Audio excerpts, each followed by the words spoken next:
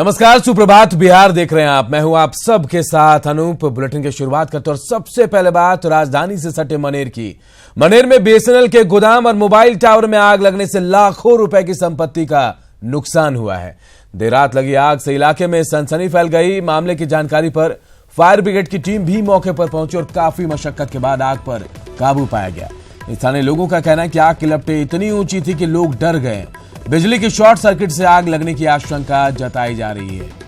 इन तस्वीरों को देखकर आग की भयावहता का अंदाजा आप लगा सकते हैं।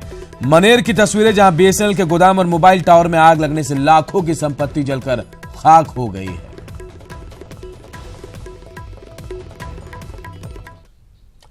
कांग्रेस में उत्तर प्रदेश में महागठबंधन की भले ही हवा निकल गई हो, अखिलेश यादव और मायावती भले ही कांग्रेस को तवज्जो ना दे रहे हो, लेकिन बिहार में कांग्रेस बड़े भाई का ताल ठोक रही है। हमेशा से आरजेडी की पिछलग्गू रही कांग्रेस पहली बार फ्रंट फुट पर आकर अपनी दावेदारी ठोक रही है। कांग्रेस के इस कॉन्फिडेंस के पीछे आखिर क्या है वजह? क्या 3 राज्यों के जीत के बाद से कांग्रेस खेमा अति उत्साहित है, या फिर आरजेडी से लालू की बढ़ती दूरियों ने कांग्रेस को मजबूत कर दिया है?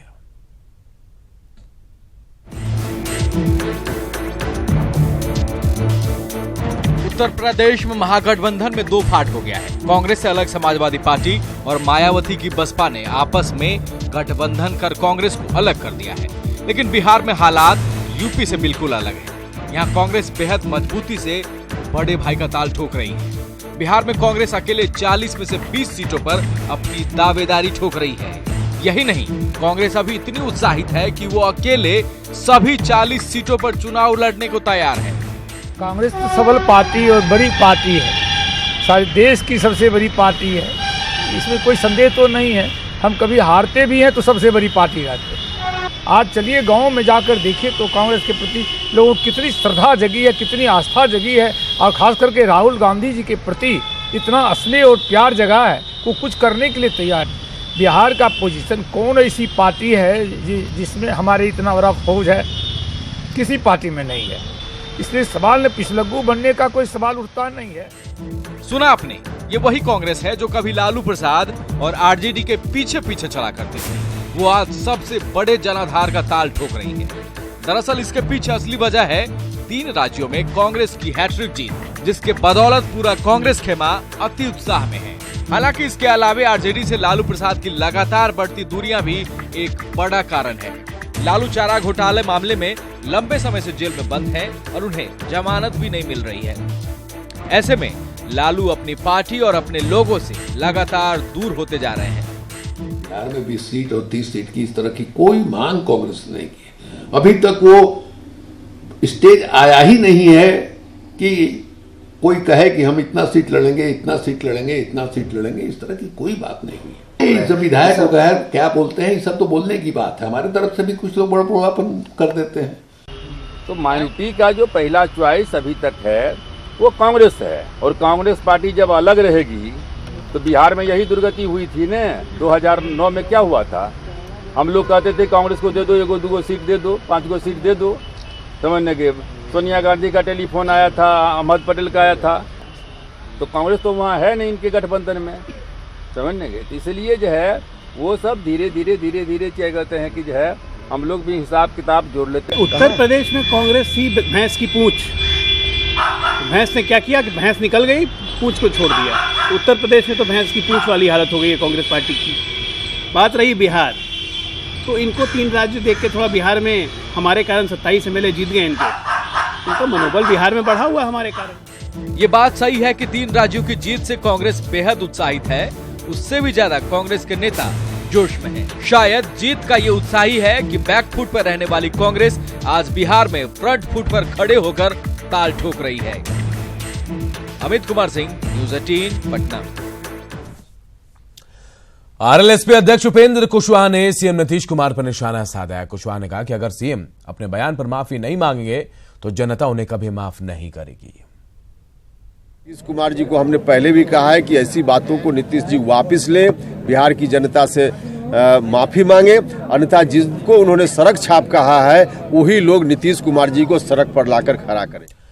और कटिहार में महिला कांग्रेस की प्रदेश कार्यकारी अध्यक्ष संयुक्ता सिंह ने 14 जनवरी से शुरू होने वाली कांग्रेस की महिला अधिकार यात्रा के बारे में विस्तृत जानकारी दी। उन्होंने बताया कि पहले चरण में ये यात्रा 14 जनवरी से किशनगंज से शुरू होकर अररिया पूर्णिया होते हुए कटिहार के कुर्सेला में संपन्न होगी।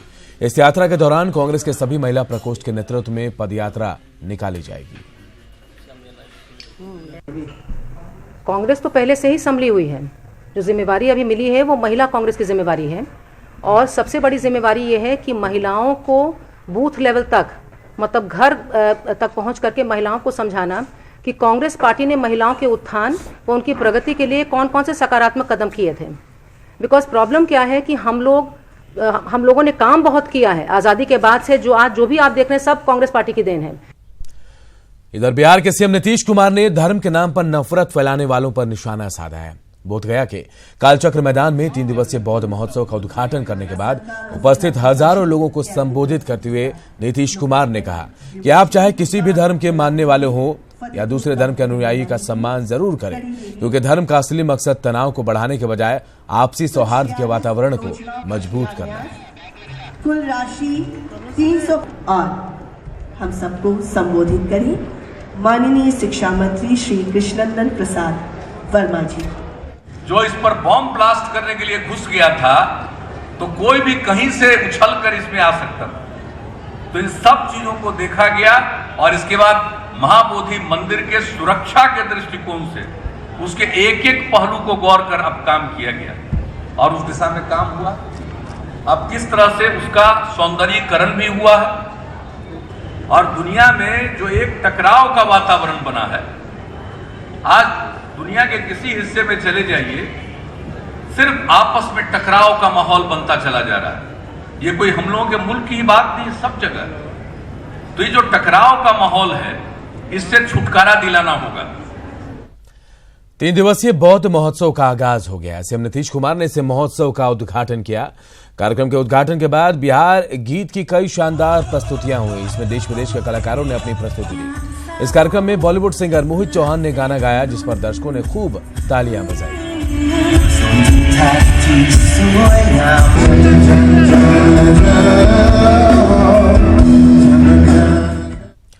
बिहार विधानसभा निवेदन समिति के संयोजक मुंद्रिका प्रसाद राय भागलपुर पहुंचे, जहां उन्होंने जिले के सभी विभाग के अधिकारियों के साथ बैठक की और विधानसभा की ओर से पारित कार्य और योजनाओं को लेकर जानकारी ली।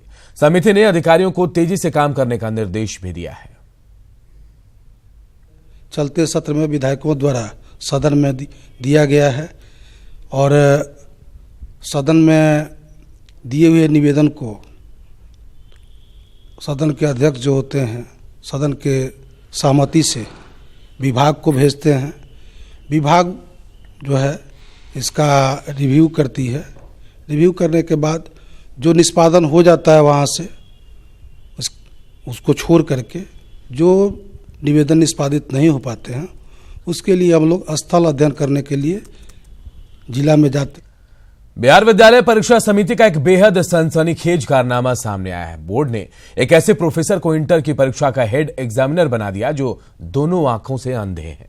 मुजफ्फरपुर के एमपी सिन्हा साइंस कॉलेज में कार्यरत शिक्षक ने जिला शिक्षा पदाधिकारी से इस कार्य से मुक्त कराने की गुहार लगाई है। सोचते थे कि हम आईना देखते, उनको देखा तो अपने को क्या देखते, उनको देखा तो अपने को क्या देखते।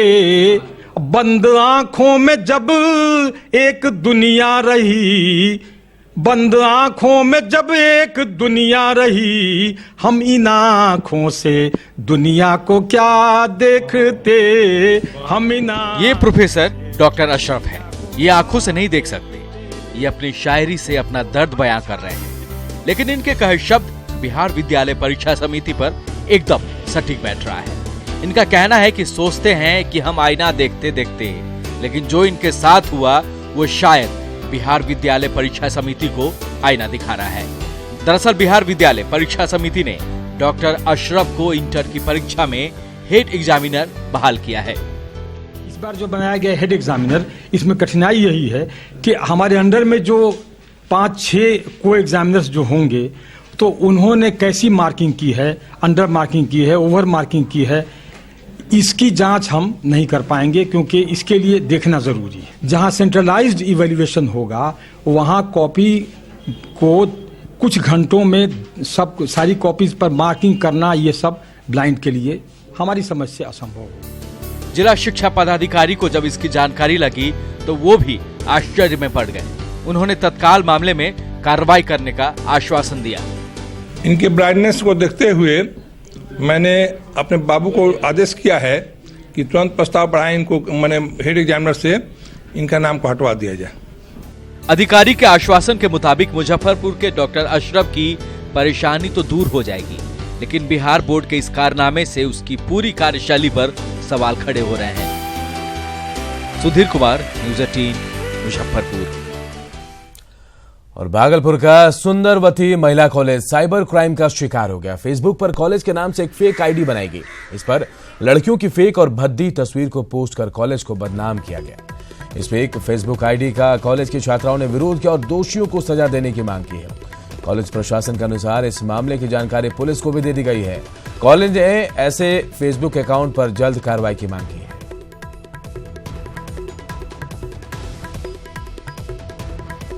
हम लोगों को लगता है कि मतलब कुछ आवाज़ उठाना चाहिए। उसका रीज़न ये है कि मतलब आप बहला फुसला के किसी भी लड़की से आप उसका नंबर लेते हो सकता है आप उसको किसी कारणवश उससे नंबर ले रहे होगे, ये बस ये कंडीशन हो सकता है। लेकिन वो लड़कियां आप पे विश्वास करके आपको नंबर दे रही है तो आप उसको फेसबुक पे वायरल कर रहे हो, उसके फ़ोटोज़ को गंदे गंदे न्यूड फ़ोटोज़ को आप मतलब वायरल कर रहे हो फेसबुक पे, ये तो बहुत गलत बात है। मैंने देखा सही में एक फेक आईडी बना है SM कॉलेज के नाम से, उसमें कुछ वल्गर फोटोज़ भी थे। किन लड़कियों का नाम उसमें था वो मैंने नहीं देखा। हमारी कोई लड़की वैसे जो इस कॉलेज की छात्रा है उसका नाम नहीं है, उसका फ़ोटो भी नहीं है। लेकिन अभी तो शुरू हुआ है, आगे कुछ भी हो सकता है, इसलिए इसको यहीं पर रोका जाए। मैंने आज ही आवेदन दिया है आदमपुर थाना को। पटना की एक लड़की ने छेड़खानी के शिकार होने के बाद छेड़खानी के ही खिलाफ मुहिम छेड़ दी है। साल 2015 में ईव टीजिंग और छेड़खानी से तंग आकर इस दिशा में एक लड़की ने संस्था बनाकर काम करना शुरू कर दिया और आज इस सोच से शुरू हुई संस्था से पूरे बिहार के 100 से भी ज्यादा यूथ जुड़ चुके हैं।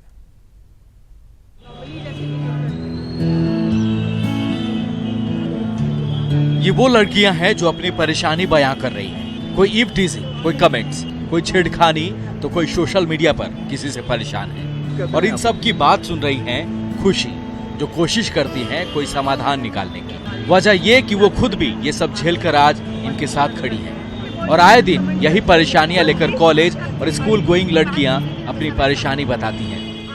पे अपडेटिंग में देख रही थी यूथ फॉर स्वराज, डायरेक्ट मेरे फेसबुक पे आ रहा था और मुझे पता नहीं चल रहा था ये क्या है। बट मैंने उसे खोला और मैंने उसे देखा तो मुझे बहुत ज़्यादा प्रॉब्लम हो रही थी, बिकॉज मैं यहाँ से अनिशाबाद से यहाँ पे आती हूँ और मुझे बहुत ज़्यादा सफरिंग, बहुत ज़्यादा प्रॉब्लम झेलने पड़ते हैं। तो उससे मुझे बहुत हेल्प मिला। और बहुत सारी छेड़खानियाँ होती है, अगर हम लोग किसी और से शेयर करते हैं तो वो लोग बोलते हैं कि नहीं रहने दो, ये तुम लड़की हो, तुम मीन्स अपना बात वो लोग दबा देते हैं हम लोग का।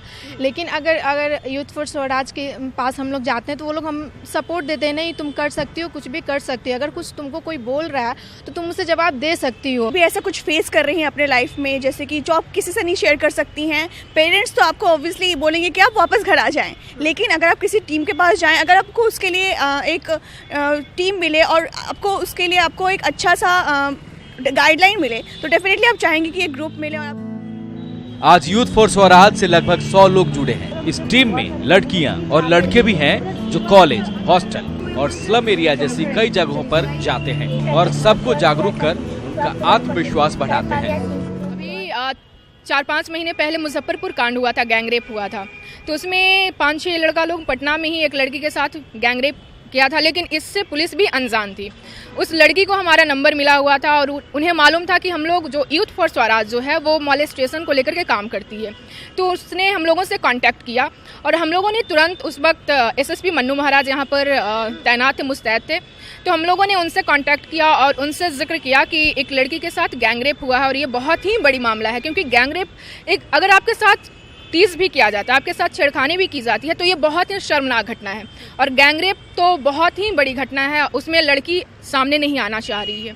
तो हम लोगों ने उस वक्त उनसे बात किया और उन्होंने 5 से 6 घंटे में जितने भी लड़का थे उन्हें पकड़ा तो ये हमें कहीं ना कहीं खुशी भी हुई कि हमारी एक कदम से, हमारी एक पहल से किसी की ज़िंदगी बची, और जो भी ऐसा करने की कोशिश करते हैं वो 10 बार सोचेंगे कि ऐसा नहीं करना चाहिए। यूथ फॉर स्वराज 2015 में शुरू किया गया था, लेकिन हाल ही में ये तब चर्चा में आया जब मुजफ्फरपुर की एक लड़की ने अपने साथ हुए गैंगरेप के बारे में इस ग्रुप को बताया और इस संस्था ने न सिर्फ उसकी मदद की बल्कि आरोपियों को अरेस्ट भी कराया। हम लोग बच्चों को पढ़ाते हैं और मैं भी कुछ महीने आई थी यहाँ पे। मतलब हमारे जितने भी मेंबर्स हैं वो लोग ही आते हैं, जितने भी मेंबर्स हैं उनमें अधिकांश जो है स्टूडेंट्स ही हैं। तो वो अपने करियर पे फोकस करने के साथ साथ ये सामाजिक कार्यों में भी योगदान देते हैं। तो पटना का यूथ फॉर स्वराज एक ऐसी टीम, एक ऐसा ग्रुप बनकर उभर रहा है जो महिलाओं को और बच्चियों को न सिर्फ ज्ञान दे रहा है बल्कि उन्हें हर तरह से सपोर्ट भी कर रहा है ताकि समाज में वो आत्मनिर्भर बन पाए। कैमरामैन दीपक के साथ ज्योति मिश्रा, न्यूज़ 18 बिहार। दरभंगा के नए एसएसपी बाबूराम ने एक नई पहल की शुरुआत की है। एसएसपी ने हर महीने होने वाले क्राइम मीटिंग के बाद सभी डीएसपी, थाना अध्यक्षों और इंस्पेक्टर के सामने जिले के आए सैकड़ों फरियादियों की फरियाद सुनेंगे, उनका ऑन स्पॉट निपटारा भी करेंगे। मतलब अब फरियादी को न्याय के लिए थाने का चक्कर नहीं काटना होगा। एसएसपी की इस पहल से जिलेवासी काफी खुश हैं।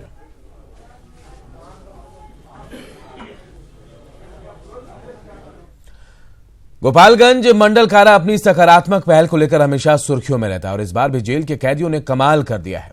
जेल की खाली पड़ी बंजर भूमि में खेती करना सिर्फ खुद में वो बदलाव ला रहे हैं बल्कि सरकारी खजाने को हर महीने 40,000 रुपए का फायदा भी पहुंचा रहे हैं।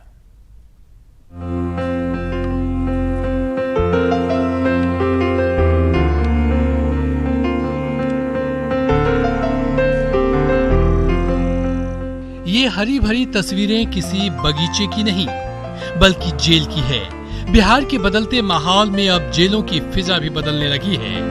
गोपालगंज जेल कभी कुख्यात कैदियों के लिए जाना जाता था, लेकिन अब यहाँ सब कुछ बदल गया है। यहाँ जेल में बंद कुख्यात कैदी अपराध की बात नहीं करते बल्कि वो अपनी मेहनत से जेल परिसर की बंजर भूमि पर सब्जियां उगा रहे हैं और इससे हर महीने सरकारी राजस्व को 40,000 रुपए का फायदा हो रहा है। मंडल कारा गोपालगंज अपने सकारात्मक कार्यों के लिए लगातार अग्रसर है। वर्तमान में मंडल कारा गोपालगंज में लगभग 750 बंदी संसमित है, जिसमें से 70 बंदी प्रतिदिन कृषि कार्य में संलग्न होते हैं और मुझे ये बताकर बड़ी खुशी होगी कि लगभग प्रति माह 40,000 रुपए सरकार के राजकोष में हम लोग जमा करते हैं। कैदियों की इस सकारात्मक पहल से जेल परिसर में बेकार पड़े बंजर और खाली जमीन पर सब्जियों का उत्पादन हो रहा है। जेल में करीब 700 कैदी बंद हैं।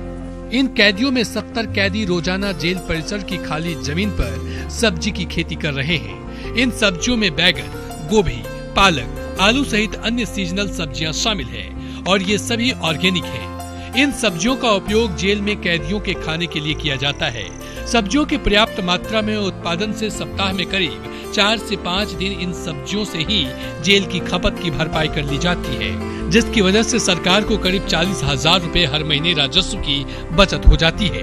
अन्य बंदियों को किचन गार्डन के बारे में ट्रेनिंग देते हैं। वर्तमान में हम लोग गोभी, बैगन, पालक, मूली ऐसी सब्जियों का, सीजनल सब्जियों का उत्पादन कर रहे हैं और मुझे इस बात की बहुत खुशी है कि बंदियों में भी सकारात्मक बदलाव आ रहा है, जिससे कि यहाँ से निकलने के बाद समाज में वो अपराध मुक्त जीवन जी सकें और अपराध से अपनी दूरी बना सकें और अपना एक सकारात्मक सोच के साथ समाज के विकास में योगदान दे सकें। कैदियों और जेल कर्मियों के प्रयास से दूसरे कैदियों को भी सब्जी और खेती की तकनीक बताई जा रही है ताकि वो भी इस सकारात्मक पहल का हिस्सा बन सके। न्यूज़ 18 के लिए गोपालगंज से मुकेश की रिपोर्ट। पटना सिटी में 352वें प्रकाशोत्सव को लेकर धूम देखी जा रही। इस आयोजन को लेकर सिख श्रद्धालुओं में खासा उत्साह है। सरकार और प्रशासन की ओर से खास मौके पर बेहतर व्यवस्था की गई है। ट्रैफिक के स्मूथ मूवमेंट के लिए पटना जिला प्रशासन ने ट्रैफिक प्लान भी तैयार किया है। इसके तहत पटना सिटी में बड़ी गाड़ियों का परिचालन रोका गया है, तो वहीं छोटी गाड़ियों के परिचालन के लिए हिदायतें दी गई। गाड़ियों के पार्किंग के लिए भी स्थान तय किए गए हैं। इस मौके पर न्यूज़ 18 आप सभी दर्शकों से अपनी सुरक्षा के प्रति सतर्क रहने और अफवाहों पर ध्यान नहीं देने की अपील करता है।